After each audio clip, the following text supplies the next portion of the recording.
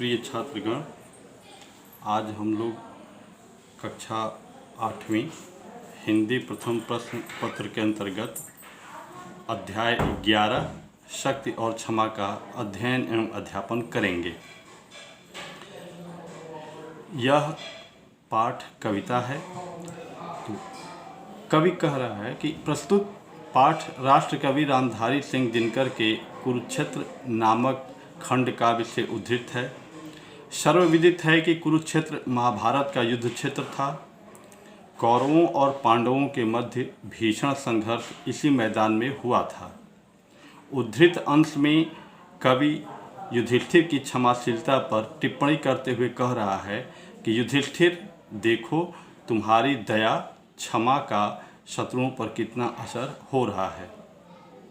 तुम जितने विनीत हुए, दुर्योधन और सभी कौरवों ने तुम्हें उतना ही कायर समझा। क्षमा शक्ति संपन्न व्यक्ति को ही शोभा देती है।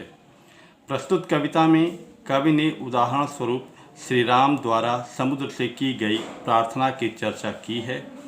3 दिन तक श्री राम समुद्र से मार्ग देने के लिए प्रार्थना करते रहे, किंतु समुद्र नहीं हिला। जब उन्होंने अग्निबाण धनुष पर चढ़ाया तो समुद्र शरणागत हो गया। पाठ सांस्कृतिक गौरव गरिमा का अनुभव कराते हुए पाठकों को शक्ति और क्षमा की नीतियों के गूढ़तम संदर्भों से परिचित कराता है। चलिए अब आइए देखते हैं पाठ की तरफ।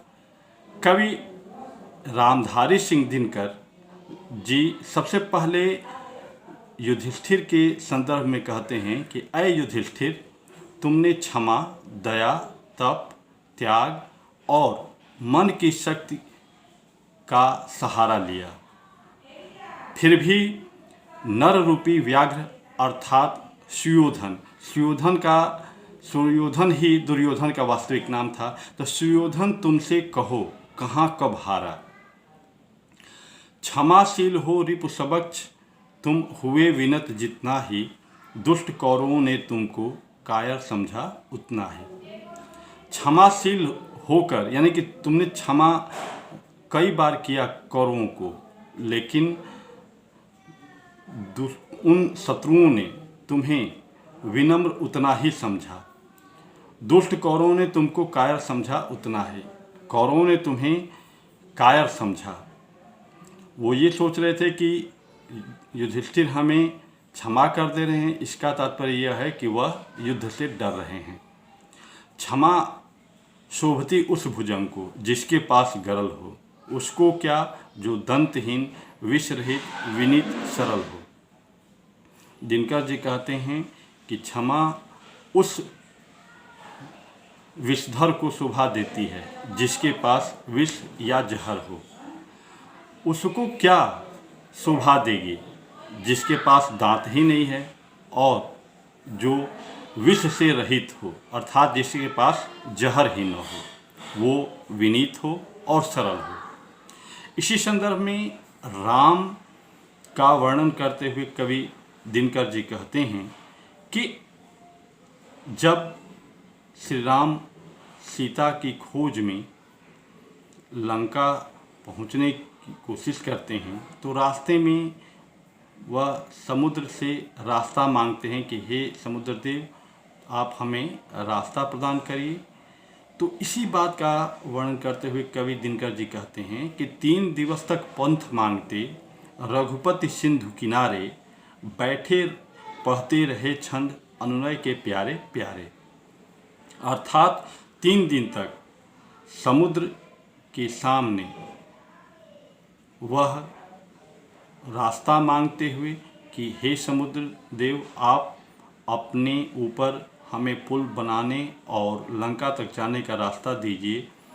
वह प्रार्थना करते रहे, लेकिन फिर भी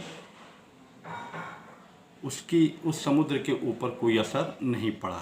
तो 3 दिवस तक पंथ मांगते रघुपति सिंधु किनारे, बैठे पढ़ते रहे छंद अनुनय। अनुनय मीन्स प्रार्थना के प्यारे प्यारे, अर्थात समुद्र देव से वह प्रार्थना करते रहे।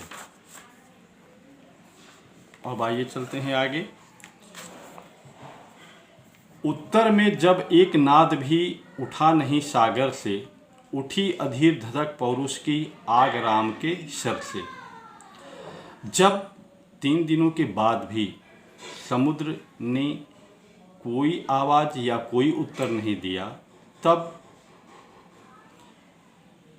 श्री राम का पुरुषत्व धधक उठा। वे अधीर अर्थात बेचैन हो उठे और वह अपने धनुष पर अपने बाण को, सर अर्थात बाण को संधान करके वह समुद्र देव को सुखाना चाहने लगे, या उन्होंने निर्णय कर लिया कि मैं अब समुद्र को सुखा दूंगा। तो इस प्रकार से डरते हुए सिंधु देहधर का अर्थ होता है कि सिंधु अर्थात सागर प्रकट हुआ। क्या कहते हुए? त्राहि त्राहि कहते हुए कि मुझे क्षमा करिए। करता आ गिरा शरण में, वह श्री राम के चरणों में आ गिरा। चरण पूज दास्ता ग्रहण की, बंधा मूढ़ बंधन में। वह श्री राम के चरणों का पूजा करने लगा, उनके पैरों को पकड़ लिया, उनकी गुलामी ग्रहण कर लिया। बंधा मूढ़ बंधन में, वह श्री राम के बंधन में वह अब मूर्ख समुद्र देव अब उनके बंधन में बंध गया, यानी कि उनकी दास्ता स्वीकार कर ली। सच पूछिए, दिनकर जी कहते हैं कि सच पूछा जाए तो सर में ही बसती है दीप्ति विनय की, अर्थात वीरों के बाणों में ही विनय की चमक बसती है। संधि वचन संपूज्य उसी का जिसमें शक्ति विजय की। वास्तव में पूजनीय वही होता है जिसमें विजय करने की शक्ति हो। सहनशीलता, क्षमा, दया तभी पूजता जग है, बल का दर्प चमकता उसके पीछे जब जगमग है। अर्थात सहनशीलता, क्षमा और दया तभी पूजने योग्य होता है, या उस व्यक्ति की पूजा तभी संसार करता है जब बल के साथ गर्व भी उस व्यक्ति के अंदर चमकता रहे, तब वह जग उस व्यक्ति को पूजा करता है या उसे महान मानता है। इस प्रकार से इस पाठ से हमने यह सीखा कि शक्ति और क्षमा अर्थात वीर पुरुष में ही शक्ति होती है और क्षमा उसकी शोभा या सुंदरता को बढ़ाते हैं। इस प्रकार से यह 11वां पाठ हम लोगों का संपन्न होता है। धन्यवाद। अगर पाठ अच्छा लगे तो आप मेरे YouTube चैनल को सब्सक्राइब कर सकते हैं, बेल आइकन प्रेस कर सकते हैं। धन्यवाद।